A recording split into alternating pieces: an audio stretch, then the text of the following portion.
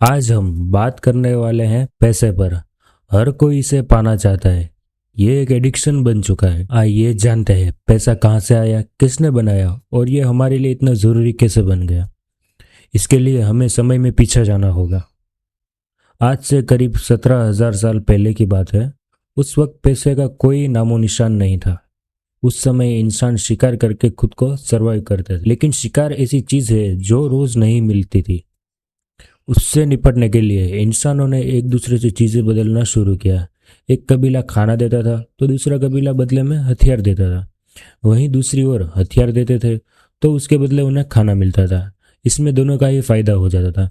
इस तरह सामने आया बार्टरिंग सिस्टम, जिसमें चीजों की लेन देन होती थी। इसकी शुरुआत मेसोपोटामियन ट्राइब्स ने की थी। आज जहाँ पर इराक है उसी जगह पर वो रहा करते थे। हजारों साल बाद जब आबादी बढ़ने लगी तब इंसान शिकार के अलावा खेतीबाड़ी भी करने लगे थे। तो उसकी वजह से बार्टरिंग सिस्टम की कमियां बाहर आने लगी। ज्यादा ट्रेड होने पर किससे कितना लेना है और किसको कितना देना है, ये याद रखने के लिए हमने मिट्टी के टुकड़ों पर लिखना शुरू कर दिया, जिससे अकाउंटिंग की शुरुआत हुई। लोग चीजों का हिसाब किताब रखना सीख चुके थे। बार्टर सिस्टम की सबसे बड़ी दिक्कत ये थी कि ट्रेड करने के लिए दोनों को एग्री होना जरूरी था। जैसे मान लो कि मेरे पास एक चीज़ है, सामने वाले के पास एक चीज़ है, पर उसके पास जो चीज़ है वो मुझे नहीं चाहिए, तो इस तरह से वो ट्रेड नहीं हो पाती थी। बार्टर सिस्टम यहाँ पर नाकाम होता हुआ दिख रहा था। तो इस तरह शुरुआत हुई कमोडिटी मनी की। कीमती चीजें, गाय, भैंस, बकरी, नमक, अल्कोहल, जानवरों की खाल, लोग इसका एक्सचेंज करने लगे। कमोडिटी मनी से एक बड़ी मुश्किल खड़ी हो गई थी। कीमत कैसे तय होगी? मेरे पास जो चीज है उसकी कीमत क्या होगी? सब अपनी मर्जी से अलग अलग दाम लगा रहे थे। ये चीजें ज्यादा देर तक रह नहीं सकती थी क्योंकि ये चीजें खराब हो सकती थी।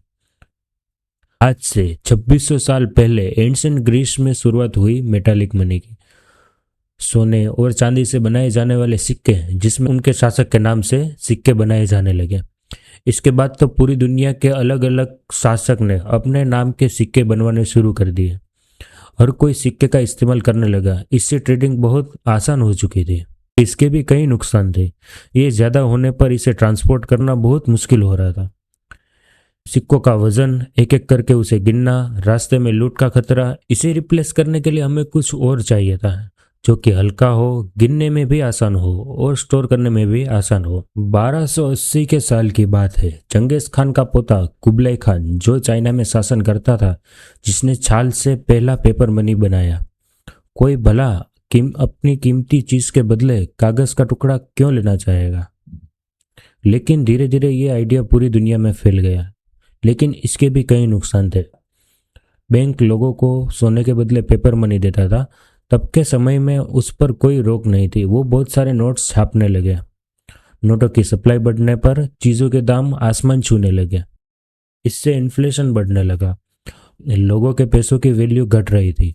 इसलिए वो वापस बैंक के पास अपना गोल्ड लेने गए, लेकिन उनके पास इतने सारे पैसों के बदले देने के लिए गोल्ड था ही नहीं। लोगों का बैंक पर से भरोसा उठ गया। 1816 की बात है। ब्रिटेन एक नया लॉ लाया। हम इतना ही मनी प्रिंट करेंगे जितना गोल्ड होगा, और कर्ज भी लिमिट में दिया जाएगा। धीरे धीरे पूरी दुनिया ने ये गोल्ड बैक करेंसी को अपना लिया। 1930 में ग्रेट डिप्रेशन चल रहा था। चीजों की कीमतें कम थी। कंपनी के पास इतना पैसा नहीं था कि वो वर्कर्स को सैलरी दे सके। इससे इकोनॉमी क्रैश हो गई। उस समय ना तो पब्लिक के पास पैसा था, ना जॉब्स। इसका हल निकालने के लिए फ्रैंकलिन रूजवेल्ट ने गोल्ड और नोटों को अलग कर दिया। अब सिर्फ बचा था पेपर मनी। इसका मतलब है कि गवर्नमेंट जितना चाहे उतना पैसा छाप सकती है। अब इसकी खुद में कोई वैल्यू नहीं थी। इसको कहा जाने लगा फियाट मनी। दुनिया में जितनी भी करेंसी है वो फियाट मनी है। US dollar, Indian rupee, Chinese yuan. अगर इसकी कोई वैल्यू नहीं है तो हमें इसके बदले चीजें क्यों मिलती है? क्योंकि हमें यकीन है कि इसके बदले हमें कुछ मिलेगा। इस पैसे की वैल्यू दिन पे दिन कम होती जा रही है इन्फ्लेशन की वजह से। पेपर मनी से जीना बहुत आसान हो गया था। इससे आसानी से गिन सकते थे, आसानी से अपने पास रख सकते थे। बैंक्स में रखा पैसा सिर्फ एक भरोसा है। अगर सब लोग एक साथ पैसा निकालने गए तो उतना पैसा बैंक के पास होगा ही नहीं। ये सिर्फ नंबर है बैंक्स में। 1980 की बात है। यहाँ शुरू होता है डिजिटल मनी का जमाना। करोड़ों रुपए कुछ ही सेकंड्स में इधर से उधर अकाउंट में ट्रांसफर होने लगे। पैसों की लेन देन बहुत फास्ट हो गई। बैंक्स को अब कुछ प्रिंट भी नहीं करना पड़ता है।